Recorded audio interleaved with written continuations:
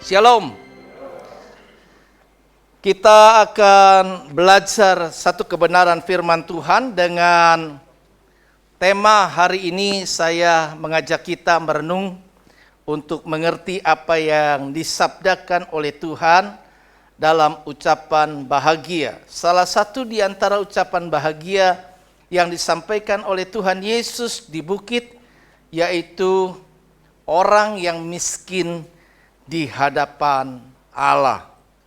Dalam Injil Matius pasal yang kelima, ayatnya yang ketiga, firman Allah mengatakan, berbahagialah orang yang miskin di hadapan Allah, karena merekalah yang empunya kerajaan sorga.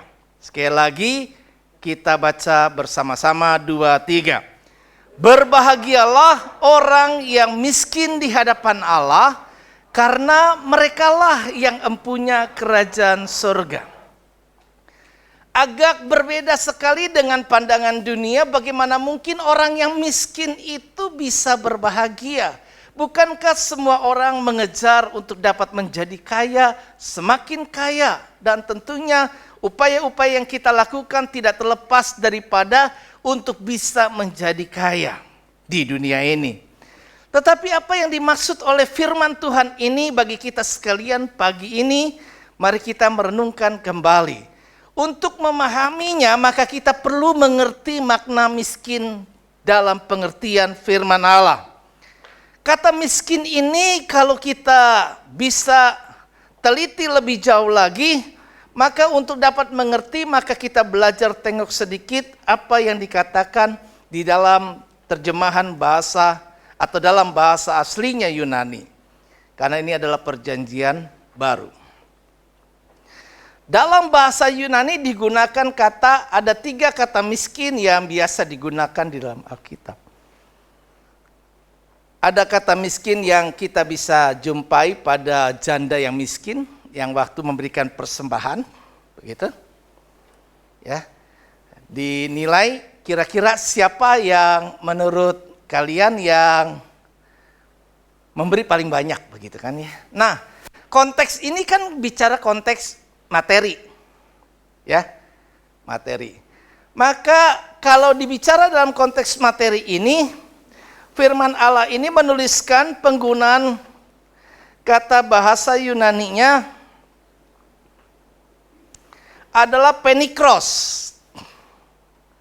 Apa? Penikros. Penikros itu pengertian miskin secara umum dalam konteks yang jasmaniah, dalam konteks yang lahiriah, dalam konteks yang materi, ya, finansial, keuangan. Jadi kalau dilihat di sini bahwa orang kebanyakan berpikir miskin ini dalam konteks umumnya seperti itu. Tetapi yang dimaksud firman Tuhan ini tidak seperti itu. Kemudian kita bisa lihat ada penggunaan kata miskin juga. Kalau yang seperti ini kan dia cuma punya 2 peser gitu kan ya. Gitu. Itu dari sisi keuangan. Tapi setelah dia kasih, uangnya nggak ada lagi gitu kan. Konteksnya materi. Nah, ada konteks yang lain lagi yang juga materi. Dia kerja. Ya, nama katanya itu dalam bahasa Yunaninya adalah penes. Kalau pakai kata penes itu, maka artinya dia miskin, tetapi miskinnya nggak miskin-miskin banget. Masih bisa hidupi dirinya sendiri. Dia punya penghasilan, dia bisa bekerja gitu kan. Untuk cukup untuk dirinya, gitu. Tapi ada satu kata yang dipakai di dalam konteks di dalam Alkitab ini, Matius 5 ayat yang ketiga digunakan kata petokos atau petokos atau petokoi dalam arti jamak. Nah, itu punya pengertian bukan hal-hal yang sifatnya materi, lahiriah, jasmania. Tetapi dalam konteks, kalau dalam bahasa Inggris, kalau kita punya gadget di situ kan ada terjemahan King James Version, KJV, pencet aja, di situ akan kita bisa lihat bahwa dikatakan adalah poor in the spirit, ya. Jadi miskin dalam konteks rohani, roh, dalam roh. Jadi miskin dalam roh, bukan dalam soal uang.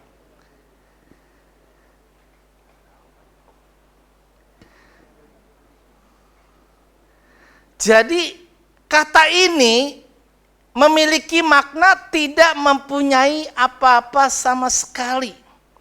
Untuk menghidupi dirinya sendiri tidak ada sama sekali. Gak punya. Tidak berdaya menghidupi dirinya sendiri. Sehingga kehidupannya ini berketergantungan. Kata ini juga dijumpai digunakan dalam ungkapan kata pengemis dari si Lazarus, perumpamaan Lazarus dengan orang kaya, begitu. Jadi saking miskinnya dia benar-benar gak berdaya apa-apa, sehingga bergantung kepada yang lain. Nah, berbahagialah orang yang miskin semacam ini yang dimaksud, ya. Karena dikatakan Alkitab bahwa dia yang punya kerajaan surga. Nah, orang yang seperti ini selanjutnya kata berbahagia kalau dalam konteks bahasa Inggrisnya itu bless. Itu diberkati, ya. Jadi maksudnya itu orang-orang yang seperti tadi, yang merasa nggak berdaya, merasa nggak punya apa-apa, nggak bisa apa-apa, dan hidupnya ketergantungan itu diberkati. Kenapa begitu? Kemudian kenapa juga disebut berbahagia dalam pengertian berbahagia beneran? Sehingga karena dia punya kerajaan surga. Kenapa dia punya kerajaan surga? Karena orang-orang yang seperti ini yang kelak sungguh-sungguh mencari Tuhan. Ketergantungan hidupnya ini membuat dia benar-benar memerlukan Tuhan. Jadi berbahagialah orang yang miskin di hadapan Allah, bukan di hadapan manusia. Kalau di hadapan manusia cuma yang diukur adalah materi. Ada uang abang sayang, nggak ada uang abang melayang. Bakek melayang begitu kan ya.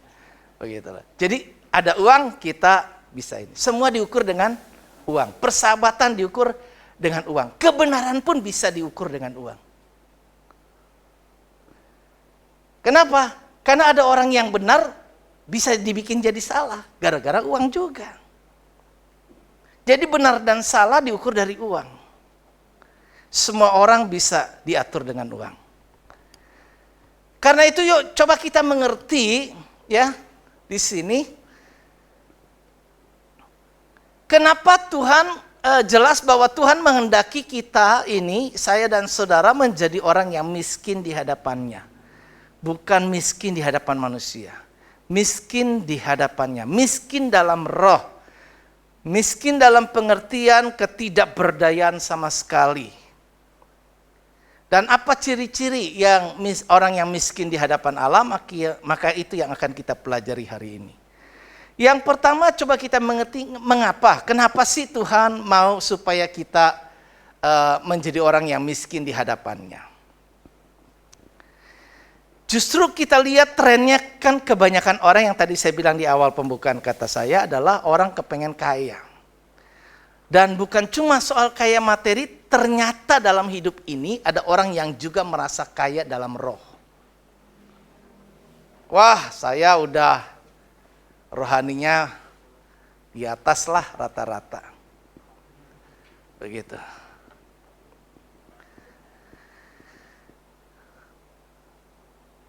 Ada orang yang merasa cukup untuk masalah kerohaniannya, merasa dirinya sudah baik, begitu. Nah, untuk orang-orang yang seperti ini, Yesus memberikan satu perumpamaan. Perumpamaan yang ditampilkan Yesus itu adalah Orang Farisi, ada dua orang. Waktu itu orang Farisi dengan pemungut cukai. Satu pemandangan yang ekstrim, berbeda banget. Orang Farisi ini bilangnya apa? Di dalam doanya. Dengan penampilan yang saleh, seperti orang yang begitu luar biasa taat beragama, maka dia berdoa bahwa aku ini luar biasa di hadapan Tuhan, berpuasa, melakukan ini, melakukan itu, tidak melakukan yang ini, tidak melakukan yang itu yang dilarang Tuhan. Aku tidak seperti orang itu. Jadi dalam pandangan si orang Farisi yang digambarkan Yesus ini, mengecilkan orang lain dan melihat dirinya lebih daripada yang lain. Tapi dikatakan di dalam Alkitab adalah ada satu lagi orang yang disebut dengan pemungut cukai. Dia berdoa, berdiri jauh-jauh. Nggak pengen tampil di depan, nggak pengen menyolok, nggak pengen dihormati. Dia sadar, dia tahu diri. Dia berdoa, nggak berani ngangkat kepala. Karena pengertian bahasa asli daripada miskin ini, petokoi itu ketidakberdayaan atau ketidakmampuan kita bahkan untuk mengangkat kepala. Biasa kalau orang yang kaya kan biasa suka dihormati gitu kan ya. Gitu loh. Jadi saking miskinnya dia nggak layak merasa, nggak berani angkat kepala dia. Si pemungut cukai begitu, dia merasa dirinya begitu berdosa, begitu kotornya, sampai dia menundukkan kepala. Memukul diri, dikatakan Alkitab, sambil berdoa kepada Tuhan, ya Tuhan, ya Allah, kasihanilah aku. Kasihanilah. Yang suka bilang kasihanilah, pengemis toh. Yang tadi saya gambarin ya. Kayak pengemis, minta dikasihani. Kasihanilah aku orang berdosa ini.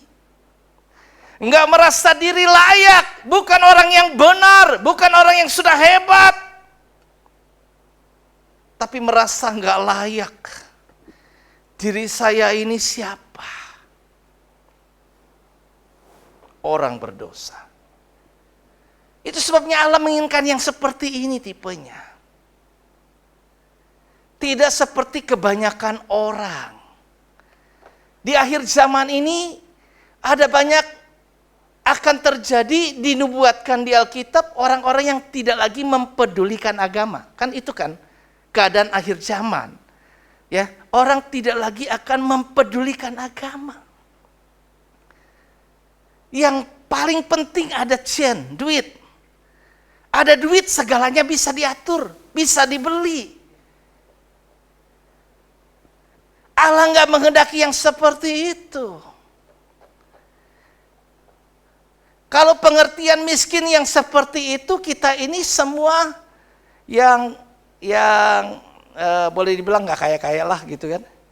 Kita masih ada harapan bisa selamat. Tapi orang kaya nggak selamat kalau gitu. Kenapa Allah juga nggak menghendaki kita bicara tentang materi? Dia terlalu cukup untuk itu. Dia yang berkati materi. Yang saya persoalkan itu bukan itu, yang saya cari bukan itu, yang saya tuntut bukan itu. Yang diinginkan oleh Allah adalah sikap hati yang merasa nggak berdaya, nggak mampu. Satu sikap hati yang merasa saya nggak punya apa-apa. Sehingga Allah pengen supaya dengan begitu kita datang cari Tuhan. Nah, kita lihat di sini hal contoh yang kedua, Tuhan juga menegur. Di samping dia kasih perumpamaan di Wahyu, Tuhan kasih teguran kepada jemaat yang di Laodikia. Jemaat yang di Laodikia ini merasa diri kaya dalam segala hal.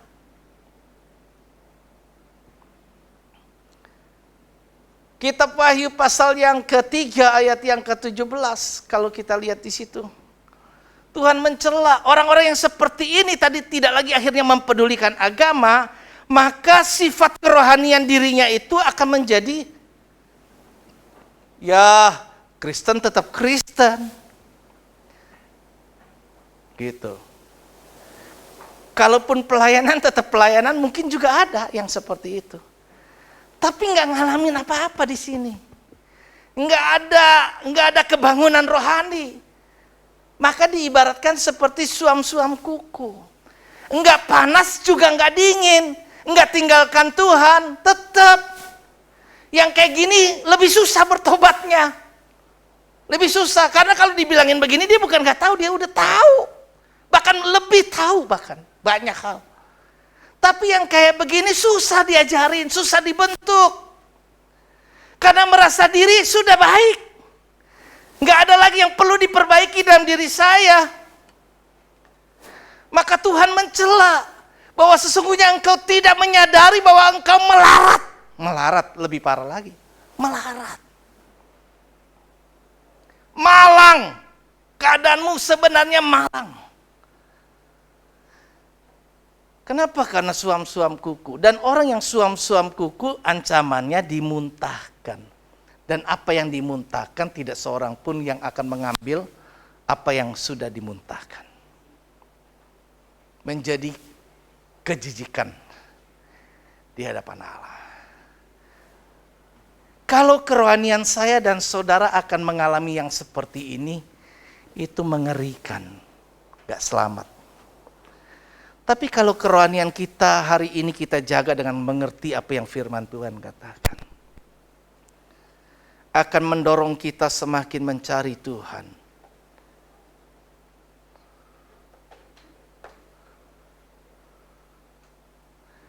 Nah, kalau begitu apa sih ciri-cirinya orang yang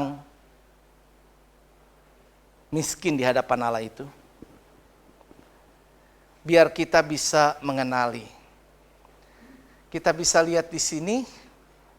Yang pertama, orang yang miskin di hadapan Allah adalah orang yang merasa dirinya tanpa Tuhan bukan siapa-siapa. Sungguh siapakah aku ini Tuhan? Tak lebih dari abu halus. Aku bukan siapa-siapa.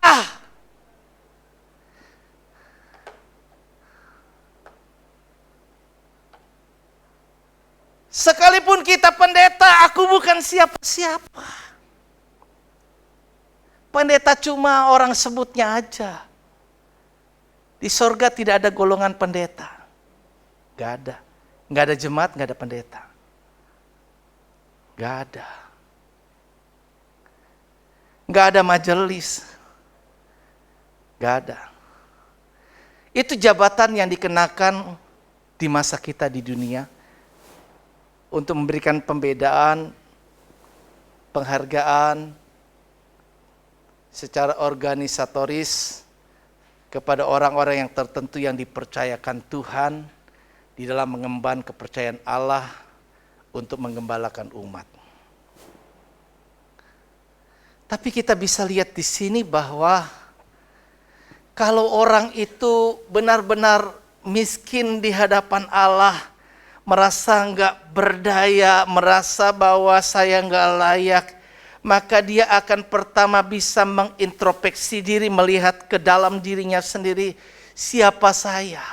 Kalau siapa saya udah tahu diri sendiri, maka nggak ada orang lagi merasa tersinggung karena ada orang yang merasa menyinggung dirinya. Kenapa? Karena dia tahu siapa saya. Sekalipun engkau merasa punya jabatan dunia hebat, kemudian orang tidak lagi menghormati kita, orang tidak lagi memberikan sesuatu perlakuan yang kita rasa layak. Saya merasakan itu banyak.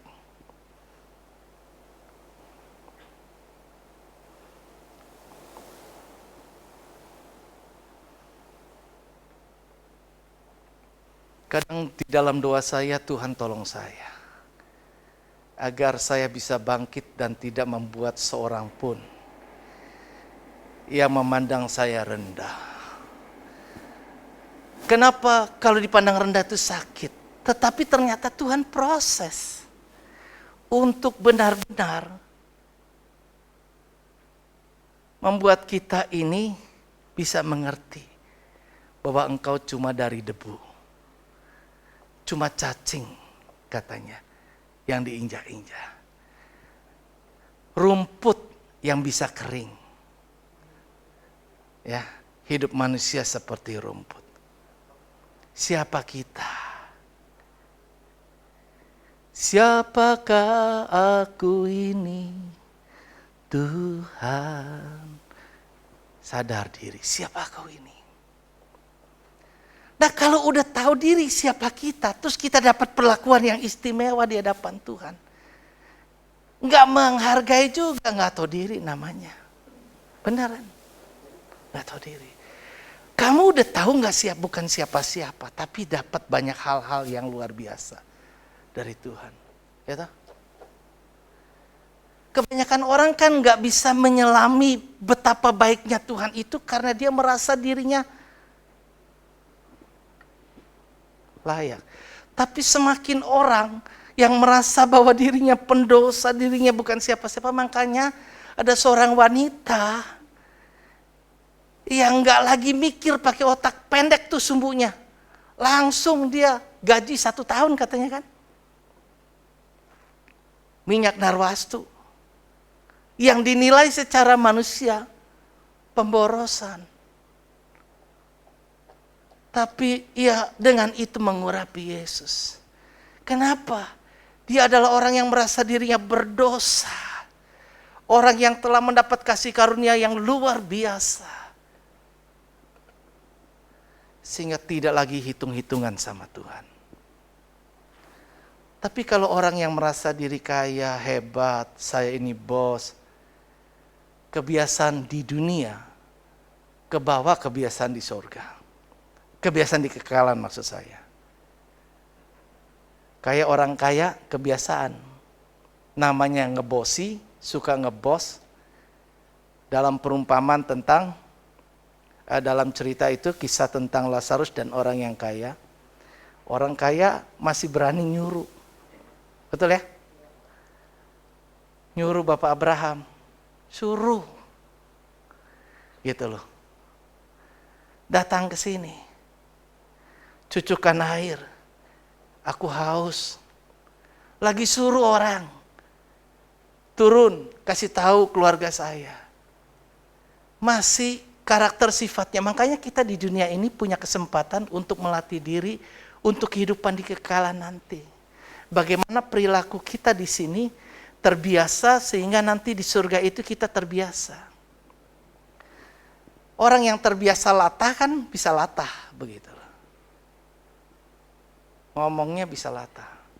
Terbiasa. Nah, kalau kita membiasakan hidup kita ini benar-benar menyadari bahwa saya bukan siapa-siapa tanpa Tuhan. Maka kita sadar hari ini dan seterusnya kita menjadi orang yang hebat yang tidak akan pernah kesinggungan. Nggak perlu singgung-singgung lagi. Yuk mau ngomong apa, dia lagi nyindir. Oh dia ngomongin saya nih. Enggak. Justru kalau kayak begitu sadar siapa saya ini, Tuhan terima kasih. Engkau menegur saya. Engkau membentuk saya. Engkau beri saya kesempatan karena engkau mau supaya tidak seorang pun binasa. Melainkan supaya semua orang itu berbalik dan bertobat. Itu yang pertama. Rasul Paulus berkata, di 1 Korintus pasal yang ke-15 ayat yang ke-9 dia bilang apa? Aku ini yang paling hina. Rasul Paulus menyadari dirinya paling hina. Di antara semua rasul. Karena aku ini penganiaya jemaat. Aku ini begitu buruk. Padahal orang hebat. 13 surat. Itu satu kitab perjanjian baru berapa kitab? Totalnya ada berapa? Nggak tahu. 20? 27. Kalau 13 itu hampir separuhnya. Separuh perjanjian baru ditulis oleh Rasul Paulus. Tapi Rasul Paulus menyadari setelah ketemu dengan Yesus. Sungguh siapa aku ini? Aku orang yang paling berdosa di antara orang berdosa. Aku ini orang yang paling hina di antara semua rasul yang mulia. Sama seperti tadi pemungut cukai juga. Nah, kita kalau menjadi orang yang miskin di hadapan Allah, akan tahu diri, berkata di hadapan Tuhan, aku ini bukan siapa-siapa. Kalau bukan Tuhan yang mengangkat hidupku, aku ini bukan siapa-siapa. Yang kedua, apa? Tanpa Tuhan aku ini tidak dapat berbuat apa-apa. Jangan merasa hebat. Kalau orang yang kaya, dia bisa banyak berbuat.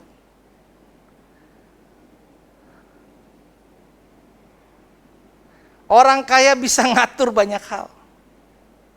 Dengan duit, orang bisa mengerjakan banyak hal bagi dirinya.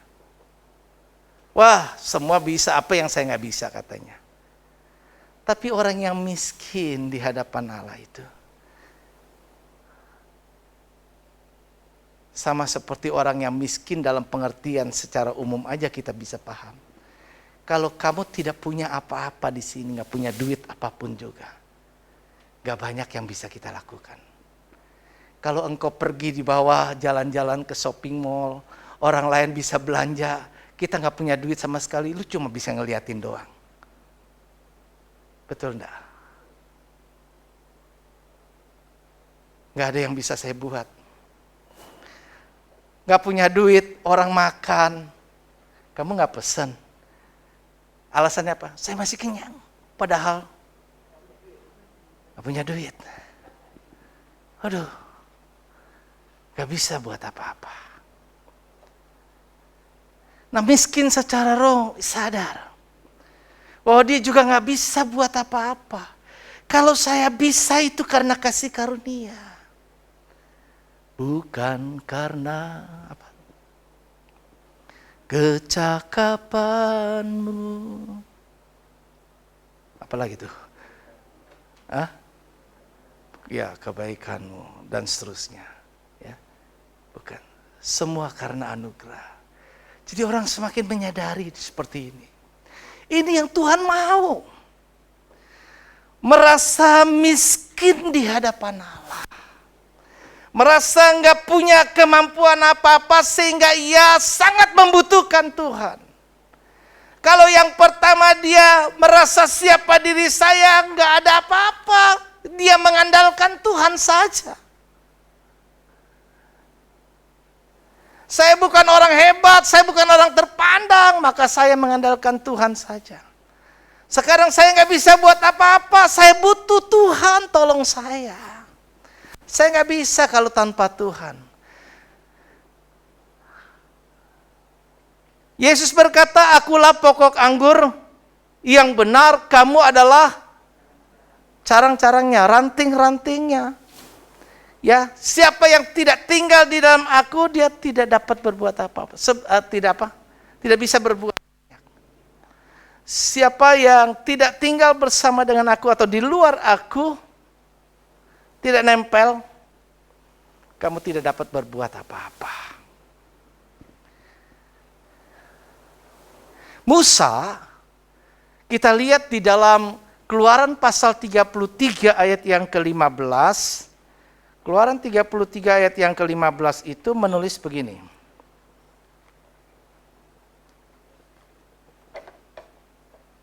Berkatalah Musa kepadanya, jika engkau sendiri tidak membimbing kami, janganlah suruh kami berangkat dari sini. Musa butuh Tuhan. Kalau Tuhan tidak menyertai, kalau Tuhan tidak bersama dengan dirinya, dengan umatnya, kami nggak mau berangkat. Kenapa? Bukan karena dia hebat.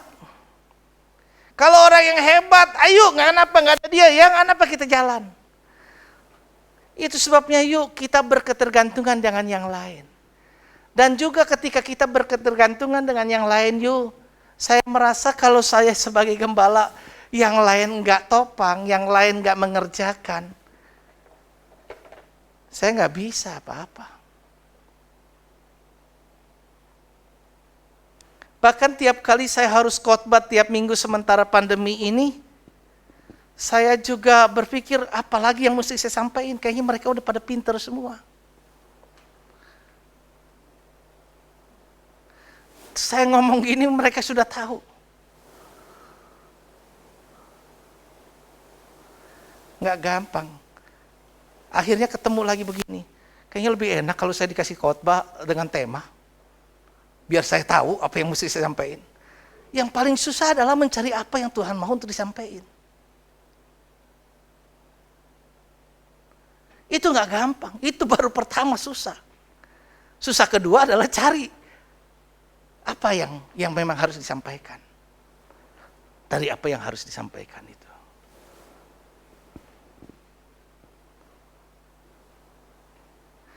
Bila engkau tak besertaku, kan pujiannya kayak gitu ya. Bila engkau tak besertaku, ku tak mau berjalan.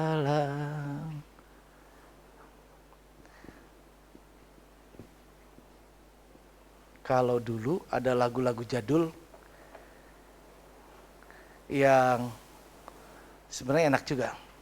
Ku tak dapat jalan sendiri.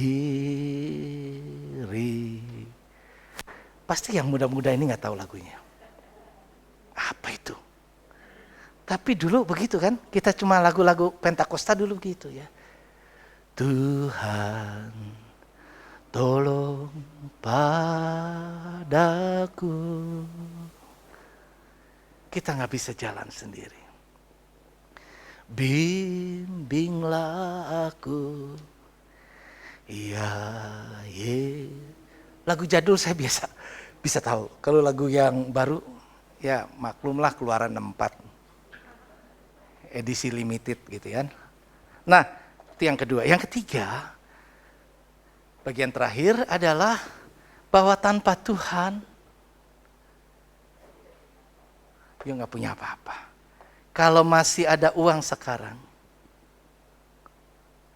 itu uang Tuhan. Betul enggak? Karena Ayub sendiri yang dikenal sebagai orang yang kaya berkata, aku datang dengan telanjang. Waktu kita dilahirkan oleh orang tua kita nggak bawa sepeser pun. Buat beli pakaian kita pun kagak ada. Untuk kita bisa berpakaian. Nggak ada sama sekali, nol, telanjang. Dan juga nanti kita pulang dengan telanjang juga. Maka dalam situasi apapun, kita tetap dapat memuji Tuhan. Terpujilah Tuhan Ayub.